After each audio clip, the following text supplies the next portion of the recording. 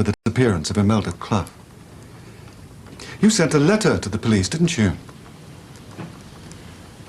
Yeah. You typed it on the computer in your house? Yeah. Why? I wanted him to leave me dad alone. He didn't do it. Everything was getting a bit too close for your comfort, wasn't it? I don't know what you mean. Your father had been interviewed several times.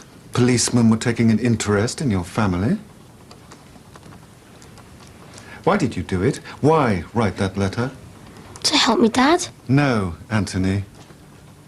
I put it to you that you did it in a devious way to make the police think that Imelda was still alive. You were so guilty and so frightened of what you had done that this was a way to help your father, but more to help you. No! And I put it to you that far from being an innocent, church-going boy, you were a cold, calculating murderer. Isn't that so? No! You tricked her into coming with you to that pond. You hit her, threw her into the pond and drowned her, and after that you went to any lengths necessary to cover up your tracks. You hid the body and forged a note to throw the police off your trail. Isn't that the truth? No! Witnessed an attack on Anthony by Imelda and Paige. They were both hitting him, and I pulled him off him and told him to leave him alone. Then she... Which one? That Imelda. She said, I'll get you for this. Get you or get Anthony? Or Anthony. She was really worked up at the time. She meant it. And how did Anthony take it? He was upset. He was really, really upset. I think he was a bit ashamed as well. He asked me not to tell my mum and dad, but I did. I had to. Thank you, Miss Murray. You say Anthony was really upset and angry and humiliated, I expect. He was, yeah. But he never told anybody about it, did he? No. He bottled it up, in other words. I suppose so. His anger and humiliation never really went away, did they? No, they didn't. I expect you wondered what terrible thing would happen next. Yeah. Quite. I understand you once hit Imelda yourself. Yeah, but that was nothing to do with our aunt. Oh, what was it to do with? Well, she came in the petrol station where I was working and she robbed some chocolate and stuff. Did you tell the police? No. Instead, you hit her? You don't know what she was like. She was giving me all sorts So instead of telling the police, you resorted to violence? It was only a slap. It was nothing serious. I just wanted to get the stuff back. You resorted to violence? Yeah, but... You're older and bigger than Imelda was. It sounds like bullying. Is this a family trait? A family who deal in violence? No further questions, Your Honor. You were like a grandmother to Anthony. Oh, yes. He used to come round to my house all the time. We often went to Mass together. And that was a very important part of his life. Oh, he wouldn't have missed going to Mass. Then he stopped. Did he say why? I couldn't get him to tell me why.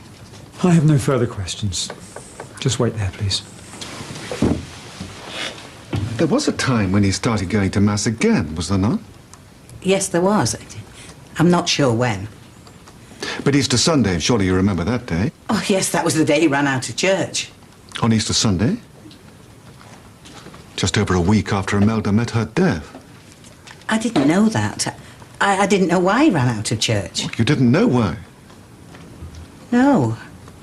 Thank you, madam. No further questions, Your Honor. Can you think of anything worse than the family of a missing girl not knowing whether she was dead or alive? Well, can you think of anything worse? I suppose not. No.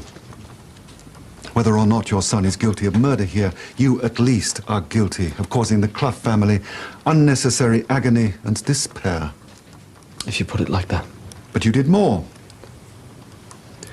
You knew that your son hated Imelda, didn't you? Well, after what she'd put him through. She bullied him, of course she did. But your son had already hit her with an iron bar. You knew that, of course. Yes. And the bullying was getting worse. It was. So what did you think your son was going to do next, Mr. Murray? Send her a bunch of flowers? No. No. I have but one last matter for you, Mr. Murray. When you found Imelda dead, in the place where she was, you knew immediately that she'd been murdered and her body hidden, didn't you? It wasn't like that. You had been wrongly accused of and charged with Imelda's murder. I put it to you, Mr. Murray, that hearing your son's confession, you did everything you could to protect him, knowing inside that you had encouraged him to take a drastic and awful revenge right from the start. You were determined to protect him at all costs, even going as far as to take the sentence awarded to murderers upon yourself. That's why you went to the pond. You were keen, so keen to cover up the murder of Imelda that you would have done anything to prevent the discovery of her body, just to protect your son. He didn't kill her. It was an accident. All he did was just fight back. You were prepared to put the Clough family through months, years even, of torment, wondering whether their daughter was dead or alive, just to get your son off a possible charge of murder. Are you a father? What would you do? Members of the jury, that much is clear. But this case is not about bullying. It's about murder. And the answer to bullying is not murder. However, the worse a bully Imelda was, the more there was a motive for murdering her. It was Anthony's obvious next step. He said it was going to stop. And it did. Let us assume for a moment that Anthony is innocent of murder. There was a quarrel, and a struggle, and a push. And she fell. Did Anthony stop to see if she was alive, if her life could be preserved before it was too late? No. Why? Because he knew he'd killed her. And then when his father found out, did he tell anyone? No. Why not? Because he knew immediately that his son had murdered her. And if it was obvious to him, is it not obvious to you as well? Sure you won't stay there a bit? Enjoy a bit of company. Oh, I'm all right. I'm glad I've got you. You have? Anytime you want. Right, William, I'll see you.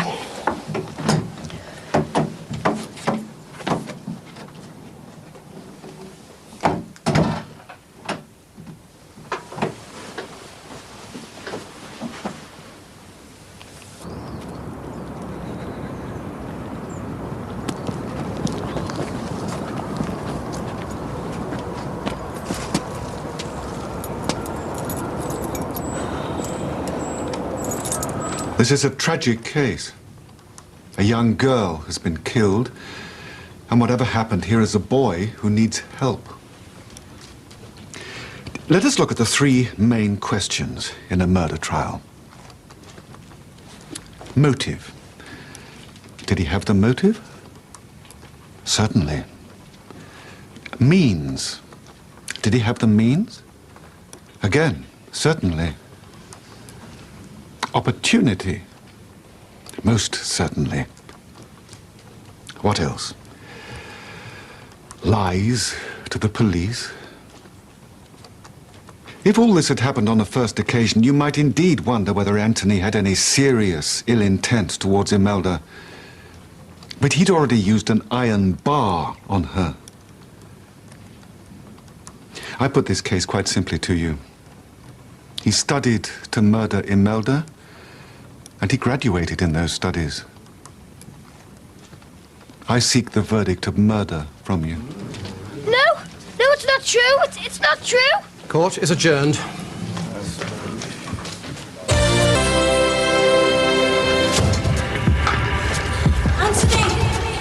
Anthony! Members of the jury, have you reached a verdict? Yes. How do you find the defendant, Anthony Murray, on the charge of murder? Anthony! Guilty.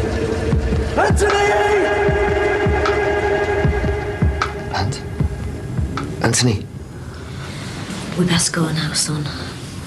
If I was found guilty, That's not gonna happen, son. but if it does, Let's not go there. you stop treating me like a baby. I'm 13. I've sat in that court and listened to what they've had to say about me. And I understand. I'm a boy, yeah. I had a fight with a girl. And now she's dead.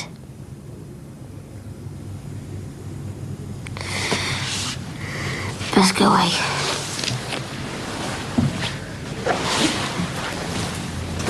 much evidence over the past few days. Most of that was about the lead-up to the tragic death of a young schoolgirl, Imelda Clough.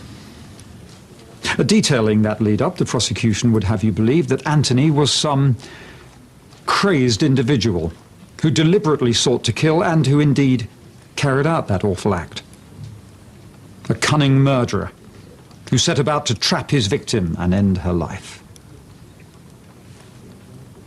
This boy here, Anthony, is a confused young boy. He is not a sick and violent killer.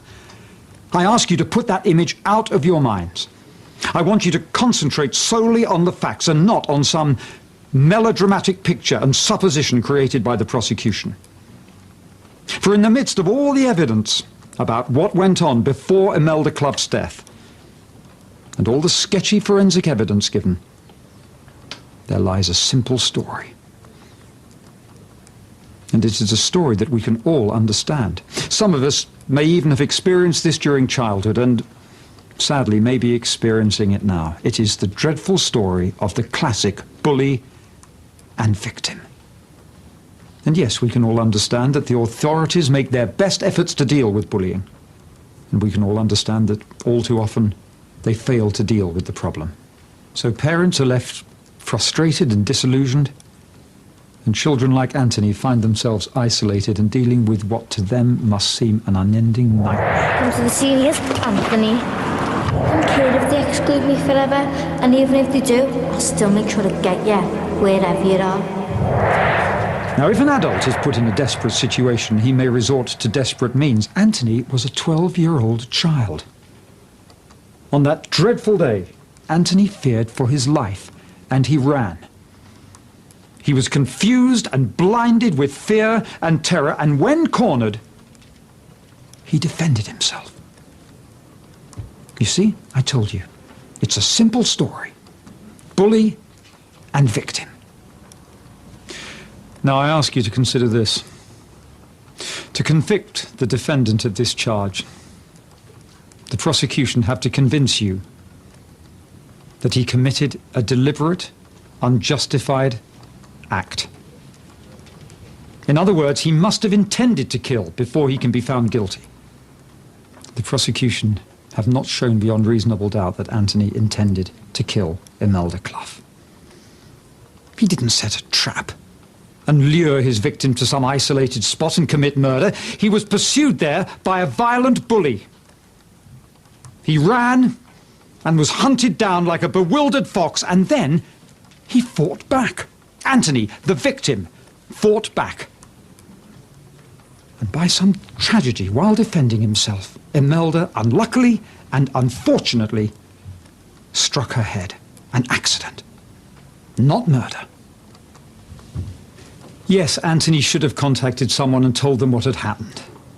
But he was frightened. And foolishly, like any child would, he simply hoped the problem would go away.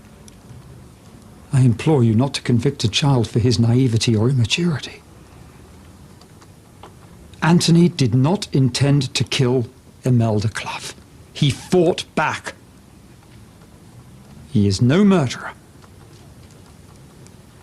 And I ask you to show pity and acquit him of the charge of murder. Thank you. Thank you, Mr. Billington. That was all I'd done. I'm now going to start my summing up. You may wish to take notes as I proceed.